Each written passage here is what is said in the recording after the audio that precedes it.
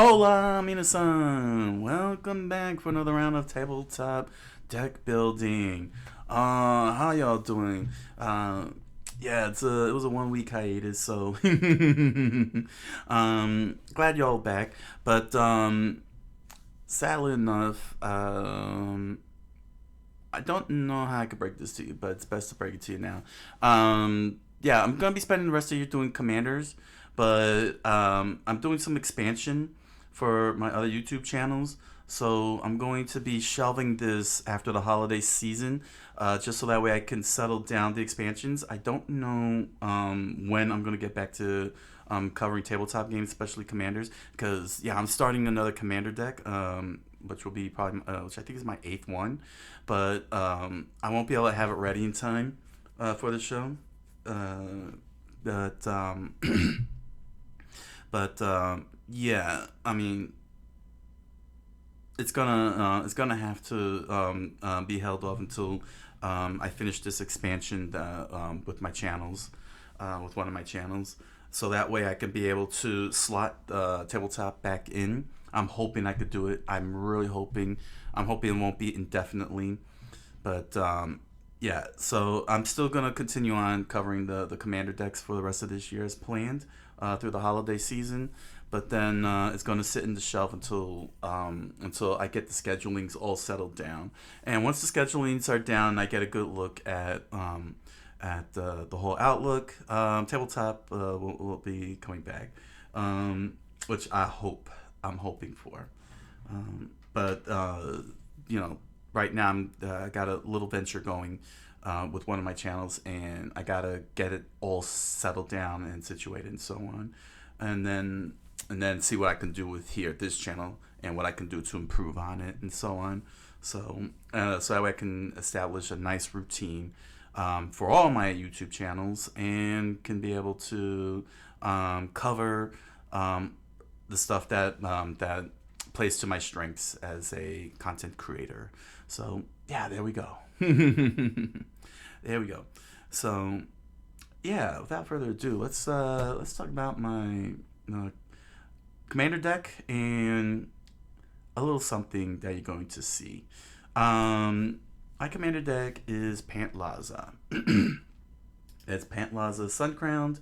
It is from the new set that came out called the Lost Caverns of Ixalan. I picked up the Velociraptor deck, which I gave a quick look at when I covered was it Shotokai? When I covered my last commander deck, Shotokai Genesis Engine, and of course the magic cards that I got from Anime NYC. Make sure to check that out. It's available here on my channel.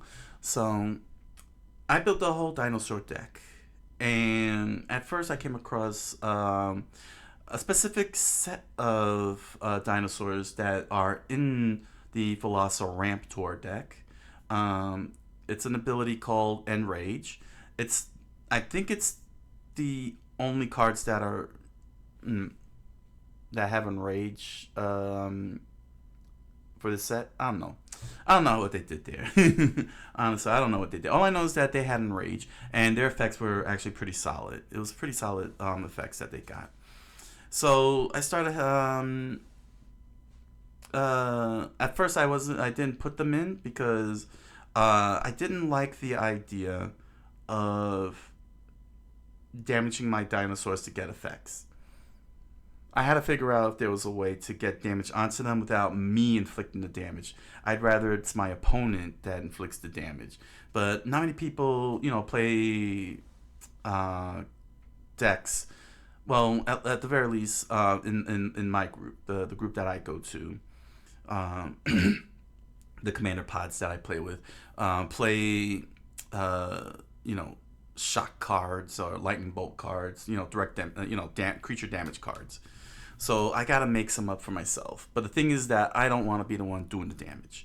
I don't want to damage my own creatures because then I disadvantage myself.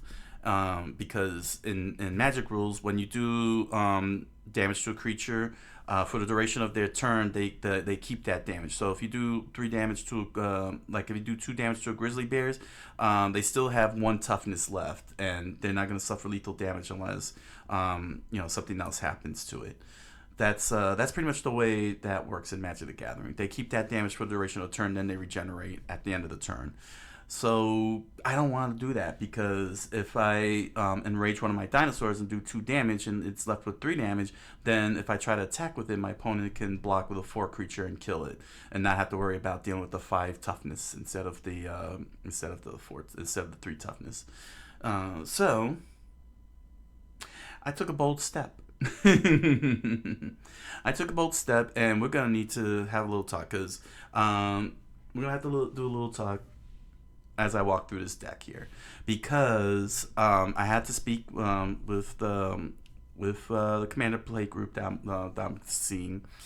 Some of them are certified Magic judges, low level, so they're very, very, very well versed with this effect, this ability that I just needed a clarification on. I watched a lot of videos, a lot of YouTube videos. I went through Magic's own comprehensive rules, which I didn't even spot this up, did I? Let me pull that up. And I got and basically it's very, very clear, except for one little spot, and that's the declare blocker step. Because either it's being glossed over or not being made clear. It's very annoying. It's very annoying. And I had to get that clarification. And needless to say, what I'm playing in this deck drew the ire of at least one of the pod players. So let's see here. Can I find it? Okay, I'm in the right spot. I just need to scroll up a bit. So, how does this deck work? It's very simple. It's a dino deck. It's primarily tribal, with a few side creature types to assist. And basically, the whole objective is to use the Enrage as an assist. It's not intended to be the central focus, for good reason. It's not easy. Here it is. It's not an easy effect to work with. Despite how powerful the dinosaurs are, like, they're very, very, very high toughness. Their most common toughness is 5 and 6, but Enrage is a very difficult effect to really focus on if you don't have the right type of cards to make it work. And the thing is that this type of effect is extraordinarily rare. We're talking of how many cards are there up to now? 10,000, 15,000 Magic cards after all these years. It's a 0.0000009%. Makes up like 0.0000001% of the entire Magic's entire card catalog. So the way this goes is we Pantlaza as the commander. His ability says, whenever Pantlaza's Sun Favorite or another dinosaur enters the battlefield under your control, you may discover X, where X is that creature's toughness. Do this only once each turn. So basically, this is a Cascade alternative. Cascade's ability, which operates exactly like this, but it only works through the mana cost. With Cascade, it could be pretty much any source, where it'll dictate to you where that source is. In this case here, it's telling you that X is that creature's toughness, which means that I gotta find. I go through the deck. This is how it's explained. It's a lot. It's a bit of a mouthful here. We're talking Yu-Gi-Oh level mouthful here. You exile the cards from the top of your library until you exile a non-land card with that mana value or less. Cast it without paying its mana cost or put it into your hand. Put the rest on the bottom in a random order. So you have the option of putting in your hand and putting into play. I'm always going to put into play. but but basically how this works is this. Pantlaza has 4 toughness in this case here, since X is the creature's toughness. This is 4 toughness. And then what happens is that I will keep showing off the card. And if a card has a mana cost, a combined total mana cost of 0, 1, 2, 3, or 4, I could either play it onto the field, or in this case, cast it. It'll be officially a cast, or I could send it to my hand. And then the rest goes into the bottom of the library. So it's kind of like a weird scry kind of thing, I guess. But it's really a souped up cascade. It depends on what the source is per card. But Pantlaza is a pretty potent commander here. If done right, a lot of players will get scared of it, because I could get a lot of cards out. And when I played this over the weekend, I really got a lot of my cards out thanks to that Discover. It's very, very wicked. And what's great about this is that Pantlaza also affects my dinosaurs. So every dinosaur that I play gets this effect, as long as it's a dinosaur. And I could play pretty much any card out of my deck without ever having to use mana, which is pretty big. So let's flip this upside down, because I want to keep it in proper order here. So this is a red, white, and green deck. So I got my forests, 7 of those. 1, 2, 3, 4, 5, 6, 7. 7 forests. I have 7 plains. 7 plains and 7 mountains to start off, as usual. Then for my non-basic lands, I have Blossoming Sands, which lets me tap for green and white. It comes into play, tap, and I gain a life, which is pretty good. Then I got Cinder Glade, which is got the mountain forest type land. Taps for red and green. When it enters the battlefield, comes to play tap unless I control 2 or more lands, basic lands, which won't be much of a problem as long as I have 2 basic lands out.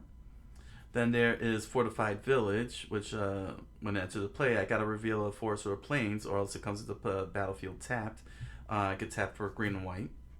Then there is the Rootbound Crag. Rootbound Crag enters the battlefield tapped unless I control a mountain or a forest, and I get a red or a green on the tap.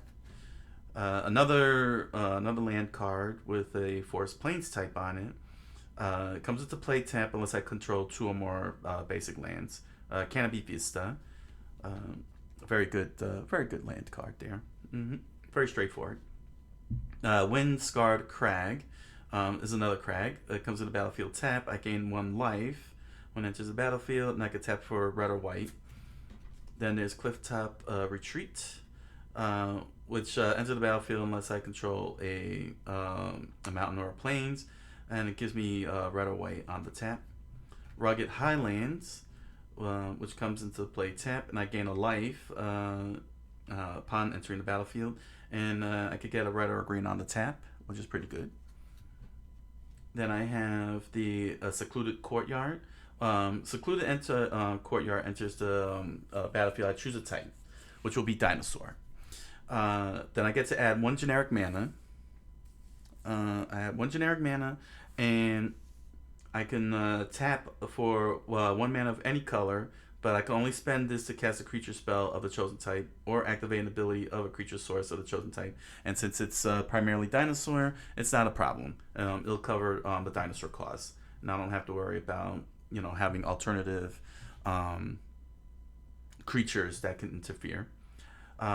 Standard Path of Ancestry comes into the field tap. I tap and I get 1 mana of any color of my commander's color identity, which is white, red, and green. And when it's spent to cast a creature spell that shares the creature type with my commander, which is dinosaur, I get to scry 1, which is good. Very, very good. Survivor's Encampment. This is a desert type land. Very interesting type. Still haven't uh, seen much for deserts. I haven't experienced deserts yet, quite honestly. But it gives me a generic mana, and then I could tap this card and tap a untapped creature and add one color of any one mana of any mana pool color. So if I got I can make a mana dork out of out of a creature, and get the one color I need. Command Tower staple. Just add one mana of any of my commander's color identity.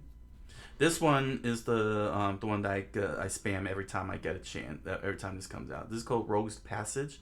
It gives me one generic mana, but if I spend 4 and tap it, target creature can't be blocked this turn, and that's great for when I have Pantlaza. When Pantlaza comes out, that's free commander damage. Free commander damage. Smack my opponents around with commander damage. Spectator seeding. Spectator seeding enters the battlefield tapped unless I have 2 or more opponents, which is no problem because in a pod you're always going to have 2 or more opponents. And I get to tap for red and white. Unclaimed territory. Another one where I declare creature type, which will be dinosaur, and I get generic mana. And I get to add 1 mana of any color. This mana, and I can only spend it to cast a creature spell. Unlike the other land, where I can use it to spend ability, this one doesn't. It's just only to cast a creature spell, which is no problem. And now it's time for the dinosaurs. We'll start with the Earthshaker Dreadmaw. It's got trample. When it enters the battlefield, draw a card for each other dinosaur you control. Great card drawing capabilities. Great card drawing. Card drawing is always great in Commander. Rampaging Brontodon. Another thing. What's his? Yeah, he's a 6/6. 6/6 Trampler. As for the Rampaging Brontodon, 7/7 Trampler. Whenever Rampaging Brontodon attacks, it gets +1/+1 till end turn for each land you control. Land. So you got 10 land, you got yourself a 17/17 Trampler coming right at your opponent. And that's what's great about it, is that it's just any land. It's not even a basic land. This guy is dangerous. Then I have the Colossal Dreadmaw, another Trampler, just a straightforward Trampler, 6/6. 6/6 Trampler. Then I have the Ornery Dilophosaur. The Ornery Dilophosaur, it's got Death Touch. Whenever Ornery Dilophosaur attacks, if you control a creature with power 4 or greater, which I have tons of, then Ornery Dilophosaur gets a +2/+2, so it becomes a 4/4 creature. It starts off 2/2. So that's a nice little pump there, you know what I'm saying? Then there's the Thundering Spineback. I got this alternative art. This is the Jumpstart art. I like this one. I actually like this art. I saw the other art. I prefer this one better. It's a 5/5 creature. Other dinosaurs you control get +1/+1, so Thundering Spineback does not get the +1/+1. And for 6 mana, 5 generic and 1 green, I could create a 3/3 green dinosaur creature token with trample. So that's really scary because that means that the Spineback will turn it into a 4/4 creature. So you're always going to get a 4/4 trampling creature for 6 mana. That's a pretty good cost for a creature, as long as you could keep the Spineback out. Now for the white dinosaurs, I got Kinjali's Sunwing. Is it I'm curious as to, let me take this as an aside. Being of the Latino persuasion, I don't know how much Wizard of the Coast are leaning into the Latin American theme of Ixalan, because from what I understand, it's supposed to be inspired by Latin American and Caribbean countries and territories and American territories, and I'm not sure how they're applying the enunciation of the language, because if they are following in a stylized Spanish, then the correct way to pronounce this is Quinhai, because the L, it's got like a y sound, and the J has a h sound, so it would be Quinhai Sunwing. So I don't know how they're going about with the pronunciation with what they create, So for the time being, I'm just gonna say it in a more English inflection of like Kinjali until I can find out if they are treating it in a Spanish pronunciation style. So this is Kinjali's Sunwing. Comment down below too if they are supposed to be pronounced Spanish in a Spanish enunciation, because then this would be Kinhayi Sunwing. It's a bit tricky because they put the possessive S on there. Kinhayi's Sunwing. Gotta love the feathers on this, man. I also enjoy eating dinosaurs for dinner.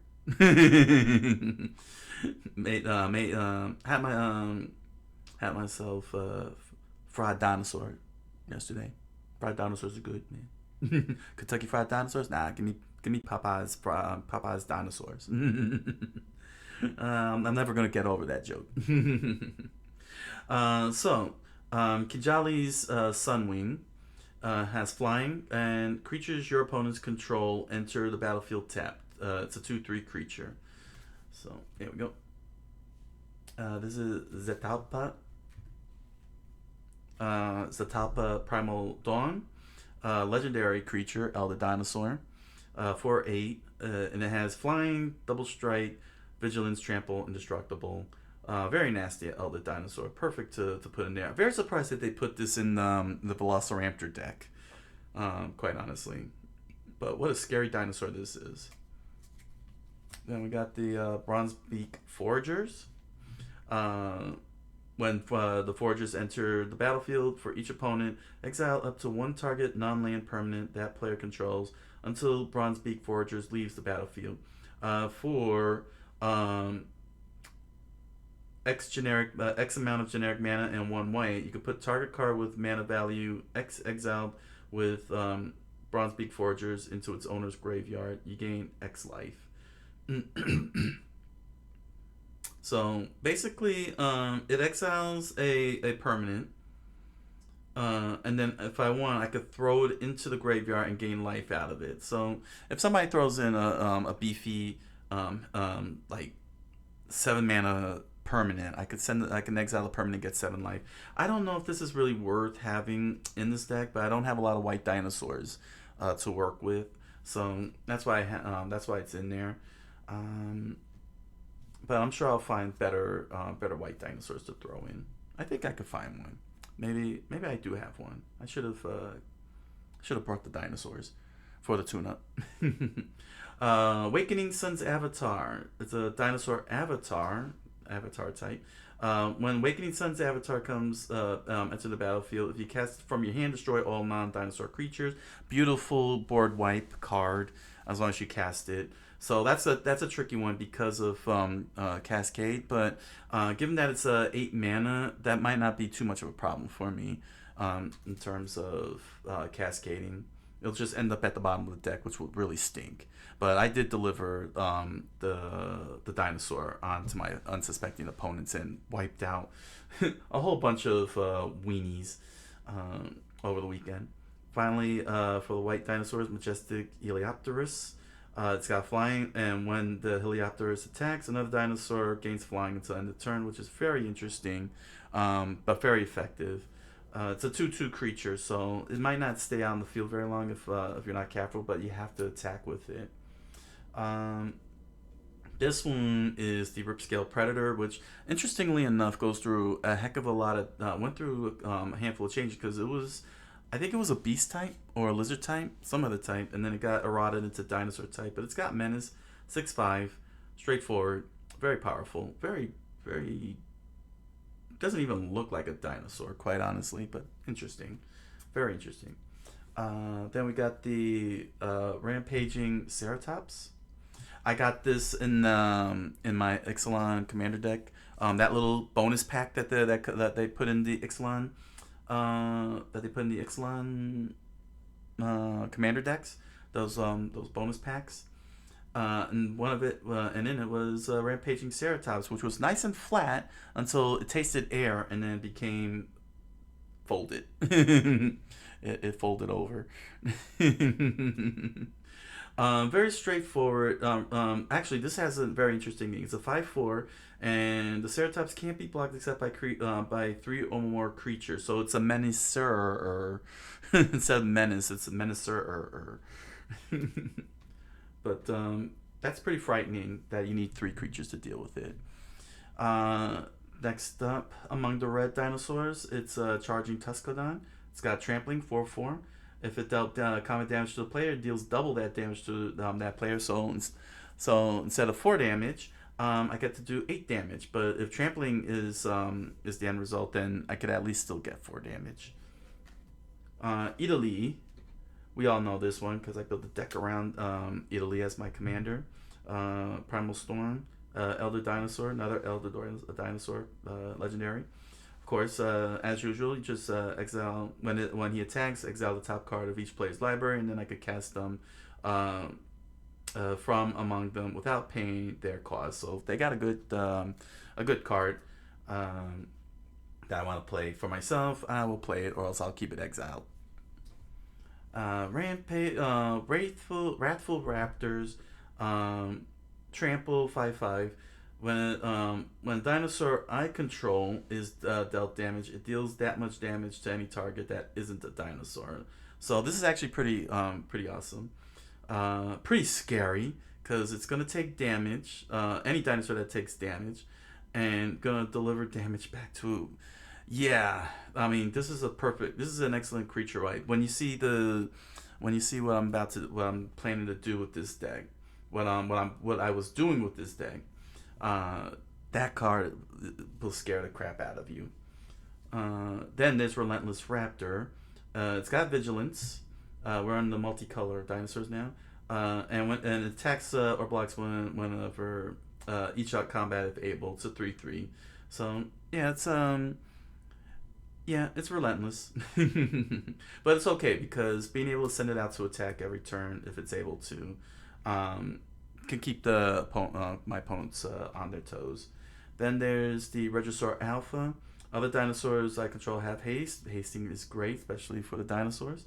When Regisaur Alpha enters the battlefield, create a 3/3 green dinosaur creature token with trample. Very straightforward, 4/4 creature, which is good. And that creature will also have haste when it comes down to the battlefield. That token creature. Then there's Quartzwood Crasher, Trample. Whenever one or more creatures you control with Trample deal combat damage to a player, create an XX green dinosaur beast creature token with Trample, where X is the amount of damage those creatures dealt to that player. So basically, if I hit with it's a 6/6 Trampler, but let's just say if I hit with 3 Tramplers, 5 each, then I create a 15/15 trampling dinosaur beast with trample. The dinosaurs really got some fantastic effects, man. They're very good, and I'm glad that they brought them back.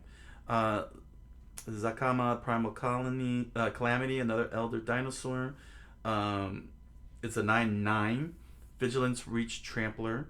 When Calamity enters the battlefield, if you cast it, untap all lands I control, which is great because that means that if I spend the 9 mana that it costs, I could get the 9 mana back and continue on with casting spells. But it's got to be cast. It can't be comes into play, which is great with Pantlaza because Pantlaza's discovery is a cast. He's got 3 effects here. 3 mana, 2 in the red. Zakama deals 3 damage to target creature. 2 in a green, and I get to destroy target artifact or enchantment. And 2 in a white, I gain 3 life, which is excellent. Excellent cards here. That's an excellent set of stuff here. Then we got Belligerent Brontodon. I was in and out on this, but I decided to just go ahead and throw it in because I wanted another gold creature. But it's very simple. Each creature you control assigns combat damage equal to its toughness rather than its power. So rather than doing 4 damage from the 4 power, Brontodon will do 6 damage from the toughness, and all the other dinosaurs will get to do its job. And so now we come to the supplemental strategy, what this deck is trying to achieve here, and that is banding. I can't believe you're doing Benny. Oh my god. Oh guys, I can't believe you're doing Benny. You suck. This is what I was talking about. The most powerful ability you could ever ask for to do in Magic the Gathering. It's got this is Keldoron Sky Captain, banding flying first strike 2/2, and I'm gonna go through the whole banding thing, but basically this is the first one. And then we got Mesa Pegasus, 1/1 flying banding creature. And then we have the Pikemen, banding first strike. And then we've got the Benelish Hero, banding, just banding. We have a 2/4 Acacian Phalanx with banding, 2/4, not bad. Then we got the Elephant, Noble Elephant, a 2/2 banding trampler. And finally, we got Teramco Griffin, which is a 2/2 banding flyer. And finally, here are the Enraging Dinosaurs. Are you catching on yet? Are you catching on yet? Enraging Dinosaurs. Overgrown Armosaur. Enrage. Whenever Overgrown Armosaur is dealt damage, create a 1/1 green sapperling creature token. 4/4. Enrager. Ripjaw Raptor. Whenever Ripjaw Raptor is dealt damage, draw a card. 4/5. It's a 4/5 creature. Then this one I actually got out of a booster pack over the weekend. It's Polyraptor. Oh, we were all surprised when Polyraptor popped up. I was like, yeah. Yeah. It's a long story, but let me put it like this. At the store that I go to out in Somerville called Retro Lotus, they have a golden lucky cat that's automated. Its arm goes up and down. And whenever I buy a pack, I always get them to rub the cat's belly. And I've been successful in getting some good cards, some amazing cards, and something like this, Polyraptor. So whenever Polyraptor is dealt damage, create a token that's a copy of Polyraptor. It's a 5/5. Now, there is a card, I believe it's called Menacing Raptor. It's not in this deck because the loop is infinite, and it'll create a draw. And I don't have any means right now of being able to capitalize on the loop and take it to make it my advantage. It's a very terrible. It's not a terrible combo. It's an excellent combo, but given the way Cascade works, it could accidentally trigger before I can even pull off any execution and create that infinite loop that I'll put everything into a draw, and I'll have nothing but Polyraptors growing and growing and growing, which is pretty scary. But yeah, I would like to do the combination because I do have the cards to pull that infinite loop. But I know that with Cascade, I could put it into my hand. I know I could do that. That Cascade will have me put the creature to my hand, the Menacing Raptor or the Polyraptor to my hand if I have one of them out. But it's very difficult to find the card that like Pandemonium. I gotta find cards that are exactly like Pandemonium to capitalize on it, but it's gotta do damage. It's not gonna work if it's something like draw cards, because then it's just an infinite loop and I end up losing for the card draw. Or gaining life is fine, but what good is gaining life if I can't eliminate life? So that's why I don't have the Menacing Raptor in there to do the infinite loop. Apex Altasaur. When it enters the battlefield, it fights up to one target creature you don't control. And when it's enraged, the Altasaur is dealt. It fights up to one target creature you don't control. It's a 10/10, so it'll be like, it just fights and then it goes back to its combat. I gotta look up how fight works more thoroughly. Like, does it continue on with the combat, or does it get pulled away from the combat? Because fight is not exactly one of those keywords. It's not either keyword ability or keyword thing. Let me pull this up here. Magic the Gathering fight. Where's the fight effect? Here it is. Yeah, so let's jump into here. Let's go to the view screen real quick. Here we are.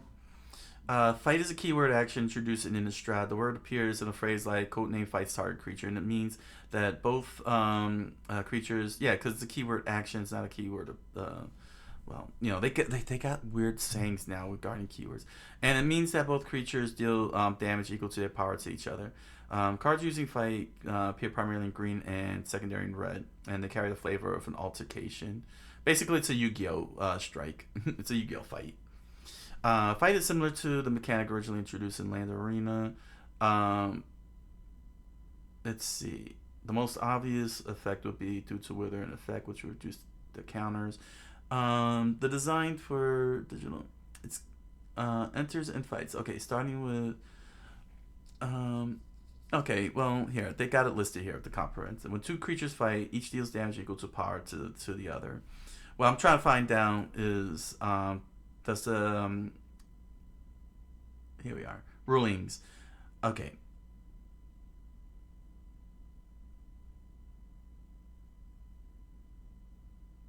Let's see. A spell or ability may instruct a creature to fight another creature, or it may instruct two creatures to fight each other. If one or both creatures instructed to fight are no longer on the battlefield, neither of them fights or deals damage.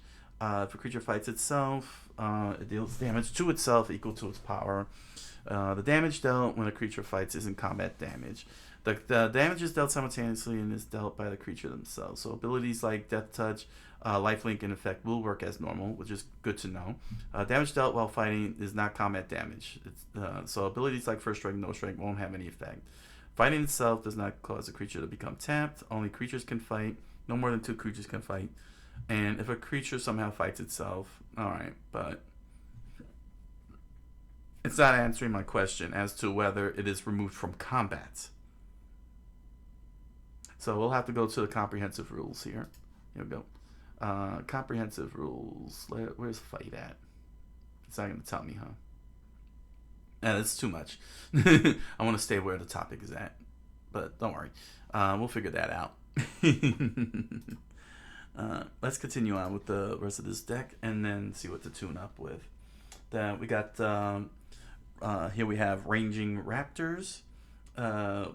When they get damaged, I can search my library for a basic land card and put it onto the battlefield tab, and then shuffle the deck. Then I got here the Frilled Death Spitter. When it's dealt damage, it deals 2 damage to target opponent, which is not bad. You know what I'm saying? It's a pretty good creature kill there. And I have the Bellowing Aegisaur, where when it's dealt damage, I get to put a +1/+1 counter on each other creature I control, not on the Aegisaur, but the others. So if I have like 5 dinosaurs out there, they'll get the +1/+1 counters upon damage, and that's a pretty big deal. I mean, those are some good enraging effects. All right, now for the sorceries, enchantments, and such. Jockalhops, the ever classic, bury all artifacts, creatures, and lands. Classic creature wipe. Then I have Explosive Entry, where I can destroy up to 1 target artifact and then put a +1/+1 counter on a target creature. This is Fervor. All creatures you control are unaffected by Summoning Sickness, aka Haste. Goblin War Drums. Each creature you control cannot be blocked by only 1 creature, aka Menace. Rainbow, multicolored enchantments. I have Rhythm of the Wild. Creature spells I control can't be countered. Non-token creatures I control have Riot. This is a new effect that I've learned about, new keyword. They enter the battlefield with your choice of a +1/+1 counter or haste. I really like that, and I made sure that was in there. This one I got from another. I got this from a booster pack from another set. Forgot what it was. It's a Kawareti Ascendancy. At the beginning of your upkeep, look at the top card of your library. If it's a creature or planeswalker card, you may reveal it and put it into your hand. If you don't put the card into your hand, you may put it in the bottom of your library. So this is like a souped up scry. This is like a scry keeper. So it's great because if I need a creature and I find a creature, I get to keep the creature if I want, which I'm always going to do. I'm not going to send it to the bottom of the pile. I need all the dinosaurs I can get. But not only that, but this is happening during the upkeep. So this is like a free card draw, a free creature card draw, and then I get my normal card draw in the draw step, which is excellent. And I got another buff here, Collective Blessing. Creatures you control get +3/+3, which is freaking frightening when you think about it. To be able to be able to set that up. Some mana producers, mana boosters, Wild Growth, enchant land and tap an additional land, additional green land. Then I have Fertile Ground, where I can tap for 1 mana of any color. So I can tap for that white or red that I need whenever I tap the land. This is the Spider Silk Armor. Creatures I control get +0/+1 and may block as though they have flying, so they get reach. So +0/+1 and reach. Very excellent enchantment. Primal Rage. All my creatures get trample, which is pretty scary when you think about it. Then Kodama's Reach. Quick land search. Search your library for up to 2 basic lands and reveal those. Put one into the battlefield and the other into the hand. And I got Untamed Wilds. I always pick Untamed Wilds as opposed to Rampant Growth, despite the costs, because when I put the basic land into the battlefield, or as it says here in the old text, the old ways, search your library for any one basic land, put it directly into play. This does not count towards your 1 land per turn limit, and reshuffle your library afterwards. But the reason why I choose Untamed Wilds over Primal, Rampant Growth is because it doesn't come into play tapped.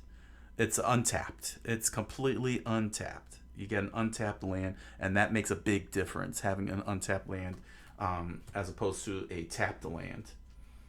On the for white spells, I got Sheer Triumph. I choose Dinosaur, and they become +1/+1. They get +1/+1, and then I got its and I got its brother, Rally the Ranks. Choose Dinosaur, and that also gives my dinosaurs +1/+1. So both are out, +2/+2.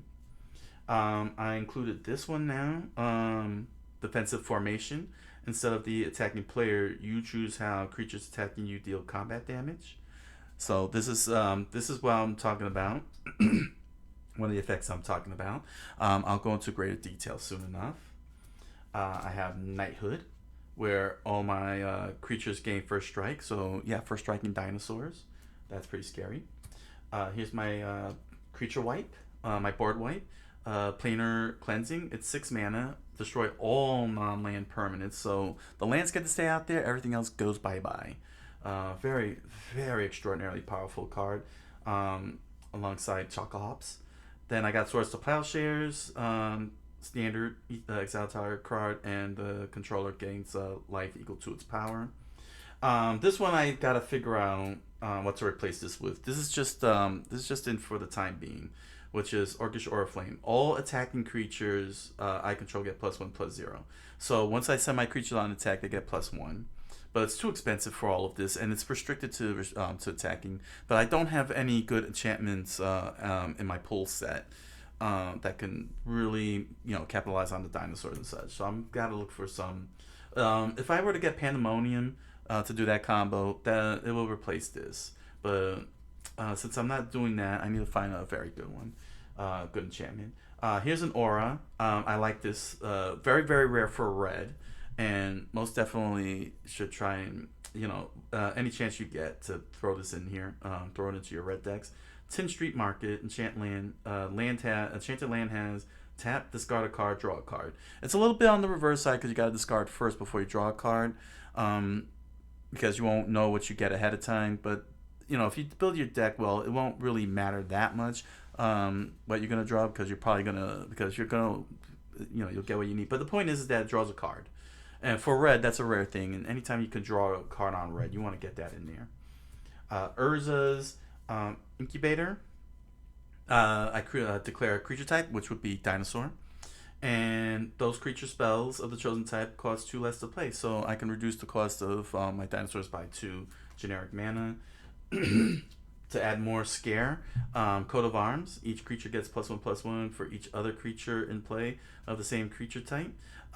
This is it's a hug, so this is not something that I would just throw out there willy nilly. I would need to really make sure that I can ensure myself some lay waste of damage and everything. So it's a big risk, but it's also a worthy risk if I have the right cards out. Well, if I have the cards that's supposed to be out there, like say First Strike, Knighthood, or Primal Rage with the Trample. Sisei's Ring, a mana rock, 2 colors mana to the mana pool. Play as a source, straight from Visions, classic. Always throw Sisei's Ring if you have the opportunity for it. Standard Sol Ring, just tap for 2 generic mana. This one I really like. I'm really liking a lot, and would highly recommend anybody who gets their hands on this from Neon Dynasty Network Terminal. Rainbow Rock, add 1 mana of any color, 1 mana in a tap, and you could and tap another untapped artifact you control, and you could draw a card, then discard a card. So let's say I happen to have the coat of arms out. Just for the heck of it, I'll tap the coat of arms, tap 1 mana, tap this card, and I get to draw a card, and then I get to discard a card. So again, any chance you have to draw cards, you want to be able to do that. And what's good about Network Terminal is that it's not a sacrifice of a card. I don't have to sacrifice a card that's on the field. I just have to tap an artifact. Arcane Signet, standard, add 1 mana of any color of your commander's color identity. And then we got these guys here to close it out. For the strategy, Helm of Chutsuk, 1 mana in the tap, and target creature gains banning until end of turn. And finally, the Baton of Morale, which I was able to get. I was able to get the single over the weekend, straight from the homelands. Tap 2. Target creature gains banning until end of turn. Very excellent card because you could tap 2 mana, as much 2 mana as you want, and give as many creatures banning as you want. So let's do a quick discussion on banding. Not just banding, but what I'm trying to do here with Enrage, because like I said, I don't want to do damage myself to my own creatures. I'd rather my opponent does the damage for me. And that's where not just banding, but defensive formation. And this little group here that I'm going to incorporate. Here's defensive formation. Here are the banders. Okay, I'll just put this in a pile here. Here's the banders, and here's my enragers. So if you all were able to figure it out, the whole point, and why I say this effect is 0.00001% of Magic's entire library, is because these cards redirect damage. It's an extraordinarily powerful effect, and I'm of the opinion that we were very, very, very lucky as Magic players that banding turned out the way that it did.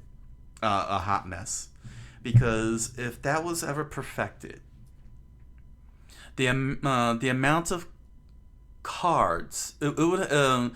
It still probably would have ended up like Storm, because I know about the Storm scale. I learned about that, when I was researching banding, and it would have still ended up in the Storm scale of 10 or 11, because redirecting damage, you being able to direct damage, assign the damage yourself, whether it's redirecting or assigning, whatever it is. Taking the point is that your opponent gets to choose how they distribute their damage. To take that away from your opponent and do it and decide for yourself where the damage goes instead of your opponent is extraordinarily powerful. You're taking an entire mechanism away from your opponent. And if banding had been done properly, it still probably would have ended up hitting 10 on the Storm scale, because it's extraordinarily broken. Let's be realistic here. redirecting your opponent's damage, distributing it in whatever way, shape, or form instead of your opponent doing it is a broken mechanic. And that's why these particular cards that I wouldn't mind putting in and reducing the number of banding, because banding is still a very, very highly difficult effect. But I'm going to incorporate the Encores. The Encores are going to be entering this deck here. We have here we go. Let me put you over here. We got the Lancer Encore, which has is a 3/3 trampler, and for 0 mana, free, I can redirect 1 damage from Encore to a creature I control. I could choose any creature, like 1 damage, so I can redirect any damage I want because it's 1 effect at a time. And the Encores all do the same thing. Shaman Encore can redirect 1 damage for 0 mana, and his effect also is that he can redirect to Encore all damage dealt to 1 creature from any one source. So for 2 mana, I can send damage to him, or for 0 mana, I can send damage somewhere else. Same with the Nomad's Encore and the Spirit's Encore. Redirect 1 damage from Spirit Encore to a creature you control. There's also 2 other Encores. Let me pull them up here. It's Greifel. There's 2 more Encores here. And that is the Outrider Encore and the Warrior Encore. I don't have these 2 cards, but they do have the Encore ability of redirecting damage to a target creature that I control instead. So if I get those 2, that means I'll have all 6 Encores, and they will go into the deck, and they're going to work alongside banding, because if I'm going to center my whole entire strategy around redirecting damage to the Enragers, because I don't need that much damage. They only need 1 damage dealt to them, and given how much toughness they got, which is it's pretty frightening when you think about it. And I still need to. Yeah, Wrathful Raptors also has their rendition of. Interesting that they don't call it Enrage, but I don't know. They give Enrage. Well, I'm surprised they don't say that they give Enrage. But Wrathful Raptors, where are you guys at? Oh, sorry, they're right here. They're right down here. So what I'm saying is, with Enrage, along with the Wrathful Raptors, where they do the same thing, but it's for all creatures across. But my point is that with banding, I can have the creatures band with an Enrager, and they shoot out. And if they get blocked, I can redirect damage to the Enrager, and the damage that from what my opponent is doing, and feed that to the Enrage and get the Enrage effect. So instead of me doing damage, the point is that I'm not doing damage, and I don't give my opponent an opportunity to do lethal damage. I get to redirect the damage that my opponent does on the block, and put it into the Enrager, and I get the effect. And my Enrager survives. My banding creature survives. Whoever I put in the band survives. But I get the Enrage effect. Done by my own opponent's hands, and that's it. And it was recommended to do the Encores, but the recommenders also wanted me to get rid of banding because they hate banding, but I don't care what they think. That's just their opinion. That's just their opinion. Banding, because what I'm trying to tell you all is this: redirect is rare, if not non-existent. Well, it's not non-existent; it's rare. This is it. Banding creatures with banding, defensive formation, which says instead of the attacking player, you choose how creatures attacking you deal combat damage. You can't find these cards. There's not a lot of these cards. There's a lot of banding creatures, yes, but there's only 6 encores that I found here in Scryfall, and this is the only card that I know of that does exactly like banding, but without using the banding effect or ability. And if I want to enjoy Enrage and not give my opponent any type of advantage where they can instantly kill my creatures, you know what I'm saying, unless they have something, you know, when they're doing blocks or whatever, you know what I'm saying, I need redirects. But I also don't want to lean too hard into banding, because banding is still a messed up mechanic in its design. It's a very poorly designed mechanic, despite what it does. And if I could get 6, what I'm thinking is 6, and that's the other thing too, because there's only 6 Encore. There's only 6 Encore cards. If there was 10 of those, I would definitely not even bother with banding. I'd get rid of everything that's banding.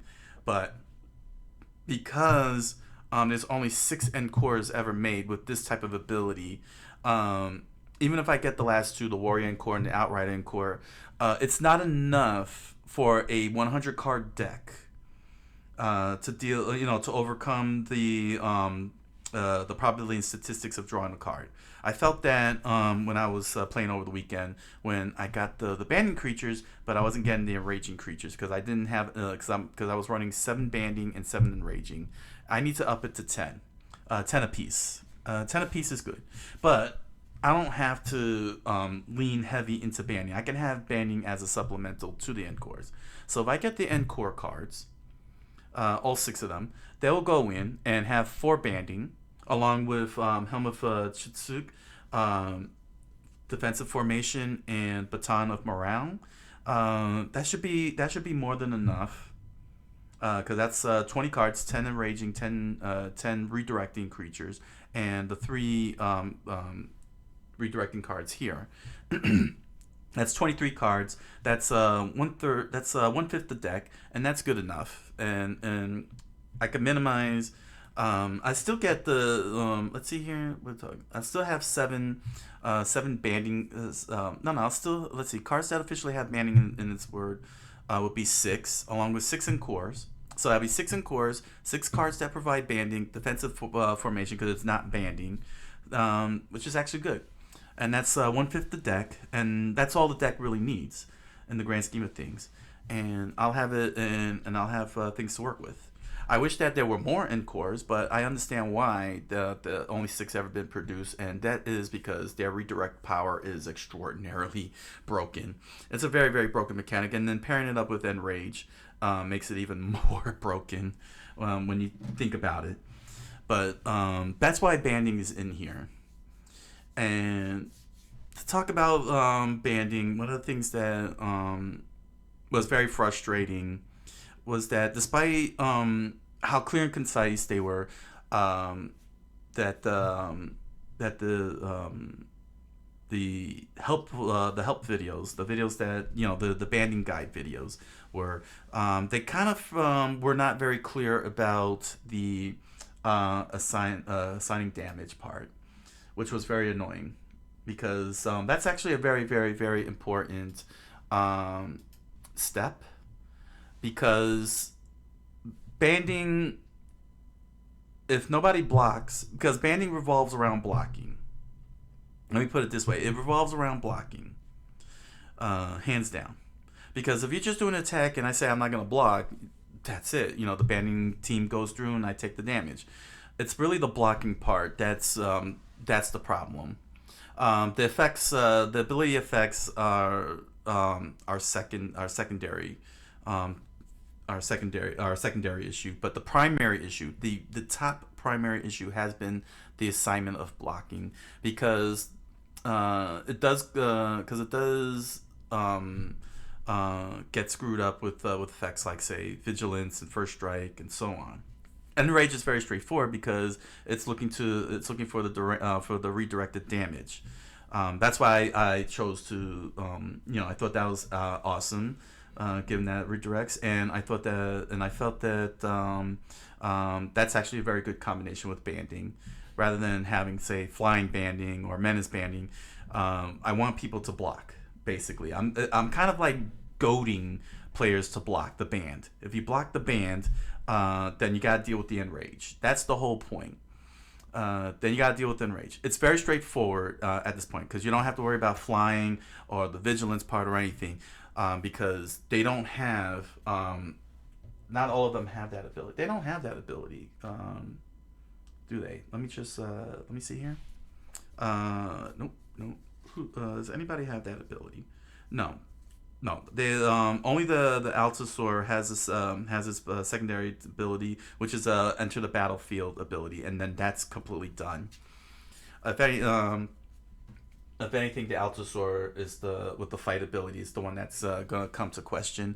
But but the point is that enraging is not complicated, and it doesn't complicate banding.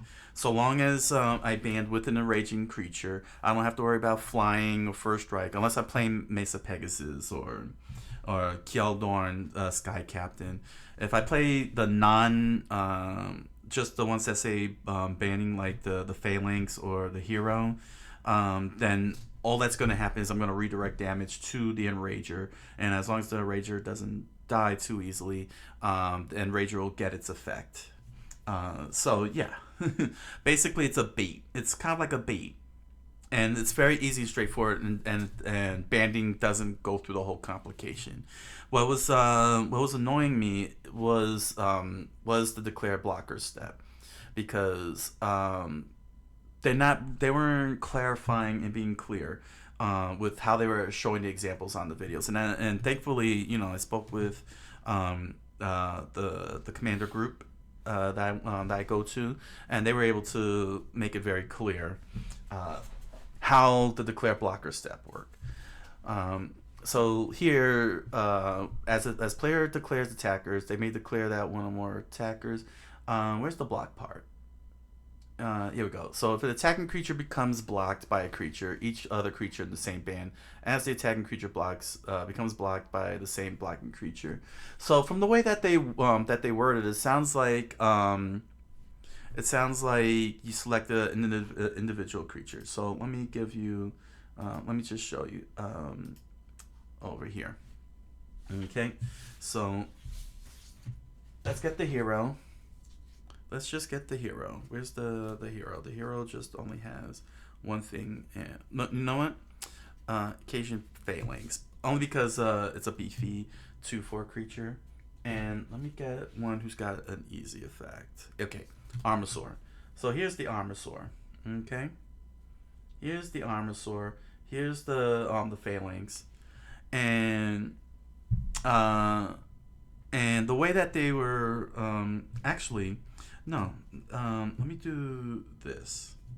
Actually, sorry. Let me do this. Let me just show you the way they were showing it on in their videos. So we got a flying, and we got the Armosaur, and the way that they show when they give the example, they put it on display. You know what I'm saying? The illustrations. What they end up doing is this. Here we go. Let me just make sure you can see this a little closer. There we go. That's a little clearer. All right. So here's the band attacking. Here's the blocker. And what they do is they line it up like this. Okay. So they're insinuating that you're blocking creature to creature. And it left me wondering, well, if that's and then they say that because this dinosaur blocked this creature, then the flying creature, the Mesa Pegasus, would block that. To which then I asked, well, why don't I just block the flyer then? Can I block the flyer in the band? But because they don't address that very clear, saying the declare blocker step wasn't making any sense to me. But then when I spoke with the group, they said, no, you're not supposed to specifically target a blocker because you're blocking the entire band. You have to meet, you still have to meet the blocking requirements universally, but you're not specifically targeting like this or like this. You're blocking all of this at once. That's what they explain. And as you can see, Magic is doing the same mistake too, because they're saying if an attacking creature becomes blocked by a creature, they're using the singular. Each other creature in the same band as the attacking creature becomes blocked by the same blocking creature. But they're making the same mistake as the people in the video. They're using it singular, but I'm being told that that's not what's really actually happening. It's this whole entire group. The only reason why the block can happen, and they explained it very clearly. The reason why the block is happening is because there's at least one creature. It's because of the blocking assignments. It's because of the blocking assignments. That's the thing. The blocking assignment rules don't change. You still have to have legal blocking. So let me pull up the blocking rules here. Let's see, general. Sorry, I should have had the blocking rules up. And in the game. Where's blocking at? Parts of a card types, zones, turn structure. Here we go. Declare blockers 509. 509, 6. Here we are. Alright, so here we go. So the declare blockers step. This when it comes to legal, here we go. Handling illegal actions. That's not what I'm looking for. Let's see. Here we go. 509.1b. The defending player checks each creature they control to see whether it's affected by any restrictions. Effects that say a creature can't block or that it can't block unless some condition is met. If any restrictions are being disobeyed, the declaration of blockers is illegal. A restriction may be created by an evasion ability, stag ability, an attacking creature has that restricts what can block it. If an attacking creature gains or loses an evasion ability after a legal block has been declared, it doesn't affect that block. Different evasion abilities are cumulative. So basically, an attacking creature with flying and shadow can't be blocked by a creature with flying, but without shadow. That's kind of weird. They really weird with their wording. But the point is that evasion abilities have legal blocking rules on the legal block. So what does that mean? Let me zoom that in for you guys. Sorry, let me zoom that in so you can see the phrase here, the phrasing. Okay, regarding evasion abilities. Now, the reason why I'm saying this is because I've seen people in the comments section say that evasion abilities phase out, but according to the comprehensive rules, banding under 702.22g, banding doesn't cause attacking creatures to share abilities, nor does it remove any abilities. The attacking creatures in the band are separate permanents. So, in other words, evasion abilities are not erased. They're not removed. They are on. They are on, and they have to, and they still have their legal restrictions in full effect. So what happens is, weirdly enough, from what I'm being told by my pod, is that even though there's a creature like this, you have this setup, you're still attacking them as a whole group, and the declare blocker step is checking to see if there is at least one creature that has a legal block. So the reason why you're not blocking the Mesa Pegasus in the traditional sense, the reason why it doesn't count is because it has flying and its evasion ability is on, and you can't be like, yeah, I'm blocking the Mesa Pegasus. But you're really blocking is this guy. You're really blocking this guy because he doesn't have the flying ability. Even though you're attacking them in the group, the dinosaur, this dinosaur recognizes that this doesn't have it, so therefore it can block the whole group entire, no matter how much Mesa Pegasus wants to fly over. So the question is then, if the evasion works, so I had to get more elaborate. If evasion works, how do I get the evasion in with the with the banding? So let's pull this guy out, because this one is a lot of fun. You band with, say, the Rampaging Ceratops. Rampaging Ceratops says it can't be blocked except by 3 or more creatures. So, so the band is attacking me. I declare my blocker. Evasion abilities are still on, no matter what. It doesn't turn off, no matter what the reason it is. So the dinosaur is blocking the whole group, and it's checking for legal blocks. It's looking for that legal block. Alright, dinosaur is looking at the Mesa Pegasus. It has flying. Dinosaur does not have flying. So it goes over to the Ceratops. It says it can only be blocked by 3 or more creatures. Dinosaur is the only creature. Therefore, it's not a legal block. You can't block this whole entire band, and the band goes through and delivers 6 damage easy. That's how you do the evasion. That's how the evasion ability works. It will. There is still a check. There is still a check, and it's gonna go. And it's gonna check for all legal blocks. So if you want to say block this band, right? How do I block? You ask the question, how do I block this legal band then? This unblockable band then. Well, the answer is very simple. You could do one of 2 ways. Have a creature that has flying with the Sun Wing. Oh, look, I can't block this because he's all alone. However, Mesa Pegasus is flying, so it's blocking the flyer.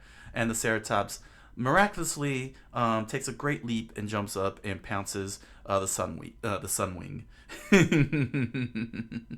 So you have the legal block of flying against flying, and there's nothing the Ceratops can do with his Menacer effect. He's got a block.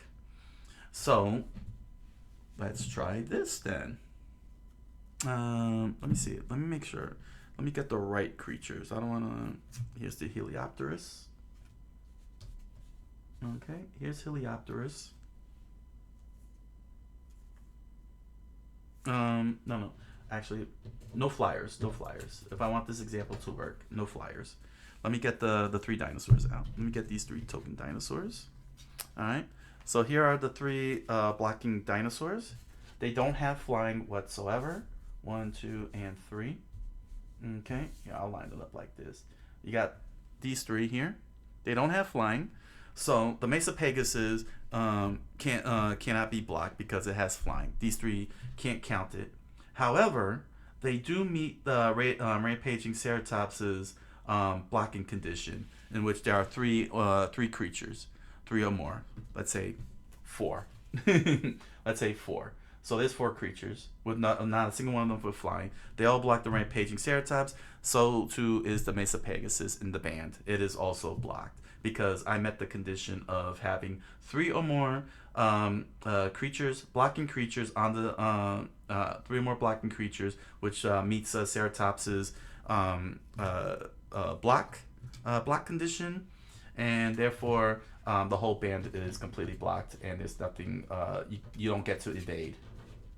So that is that was the primary issue that I was having for clarification, and that is the declare blocker step and legal blocking. How is the legal blocking working? And that's how it goes. You're blocking the entire band entire. It doesn't matter what the situation is. You're not blocking an individual creature as those illustrations show you in the videos, because they always keep lining up to a specific creature.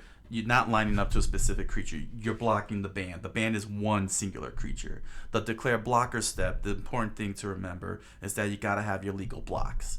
So if you have this situation here, you do not have a legal block because you don't have 3 creatures and you don't have a flyer. But in this situation here, which comes to my point, Enrage, there is a legal block because the Ripjaw Raptor does not have flying, it doesn't have menace, it doesn't have any evasion ability, and so no matter what the Mesa Pegasus says, it's gotta block along the way, and therefore I get to redistribute the damage I get to distribute the damage, assign the damage, or divide it up as they want to say it for banding.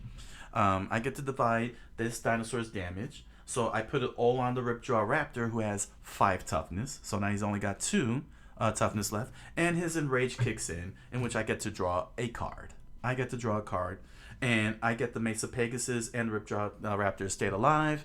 They're not blocking. I get a free card with another main step coming up.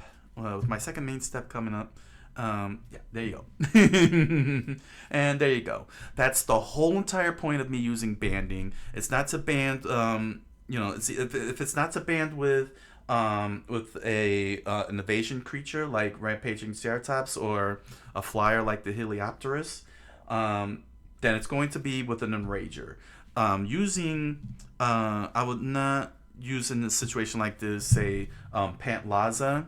I wouldn't pair him up with a Pantlaza or with any of the Tramplers.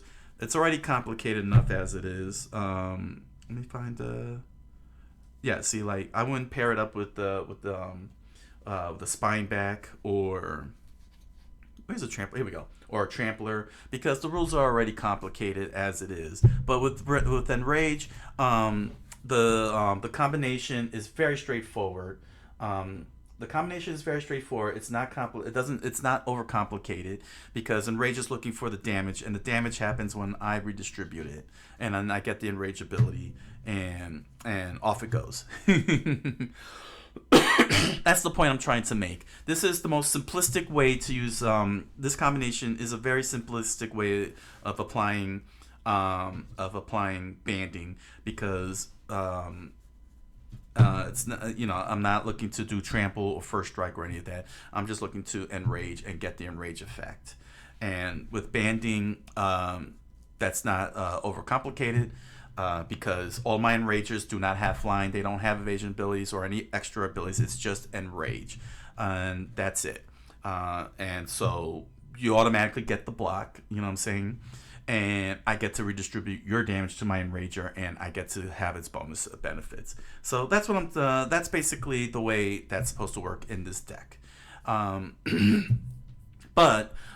given the nature of banding, I do want to cut the number of banding cards down. I want to have 10 cards that redirect, and that's where the Encores come in because they are better than banding, hands down. But there's only 6 in existence, and I need 2 more. And if I could get 2 more, pair them up with 4 banding creatures, along with the 2 banding artifacts, then it'll be fine. And I could always team them up in the normal combat way, normal attacking way, and redirect all the damage to the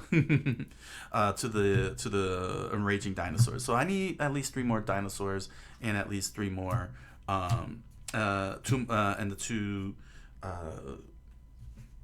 Encores, the 2 missing Encores, to bring them up to 6. Just for the heck of it, let me do this now for all of you to see. Let's swap out these 4 with the 4 that I currently have, with the 4 banding creatures that I currently have. So what do I need to my benefit for the banding part? The banding part is that I need to be able to keep them alive. So we got the Teremco Griffin, the Noble Elephant, Sky Captain, and the Phalanx. And here's the Phalanx. There we go. These four creatures I want to keep because they do have more than 1 toughness. Benelish Hero is a 1/1. The Pikeman is a 1/1, and the Mesa Pegasus is a 1/1. And this is actually very important for this combination. I need as much toughness as possible because having this 2 toughness and the Phalanx case 4 toughness with the dinosaurs, I can spread it out nice and easy. If by chance my opponent decides to come at me with 10 damage, let's say, well, you know what? Hold on a second. Let me see here. decides to come at me with, say, 8 damage, I want to try and keep everybody alive. That's the whole point. So I could be able to say, let's see, with 8 damage. Well, let's say 7 damage. 7 damage. So let's say with 7 damage, I don't think that would work either. Well, the point is, well, if I have the occasion phalanx, that's 9 toughness, so I could distribute 8 damage easily. No, 7 damage between the two.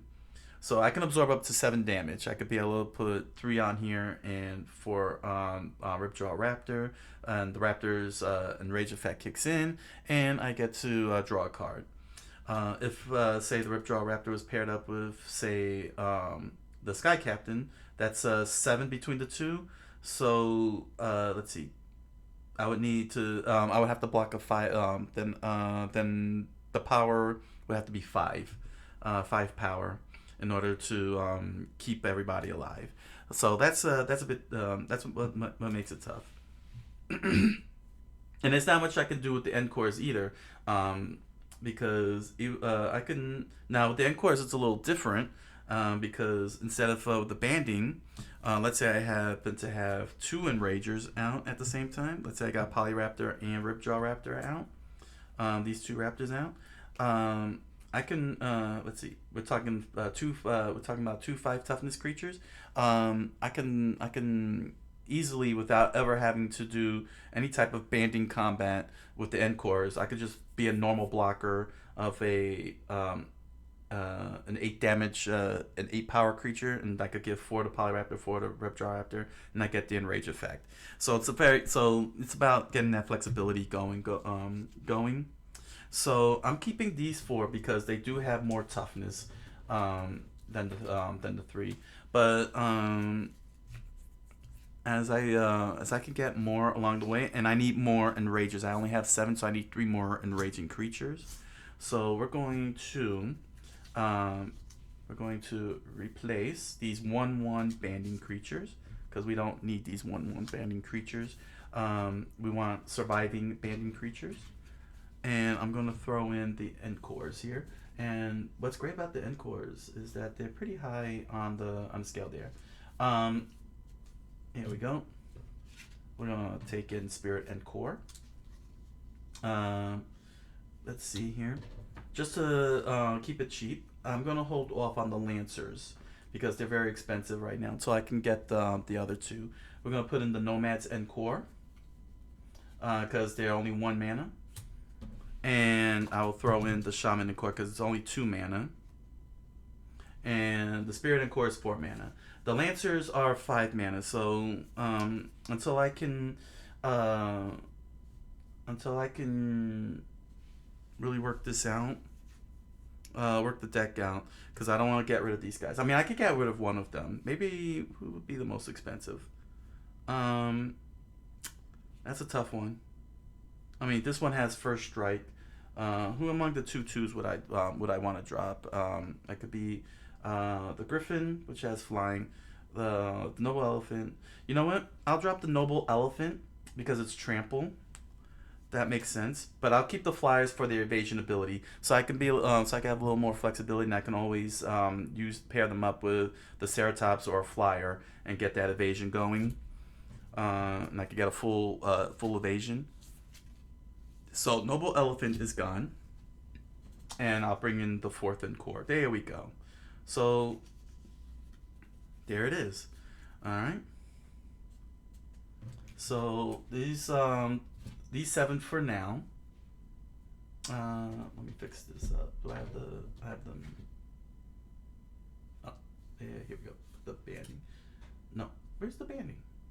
Oh, I got it reversed. Sorry about that. Here we go. Here we go. There we go. So, this is what's in so far. Here we go. So once I get the Warrior and the Outrider and Core, they're gonna come into this deck, and then I'm gonna add one more, which will be the Elephant. I'll put the Elephant back in.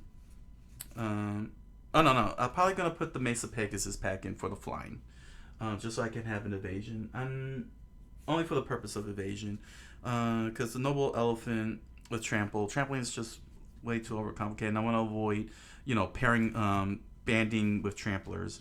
I just want to band with the evasion creatures. So it only makes sense that I would put the Mesa Pegasus in here.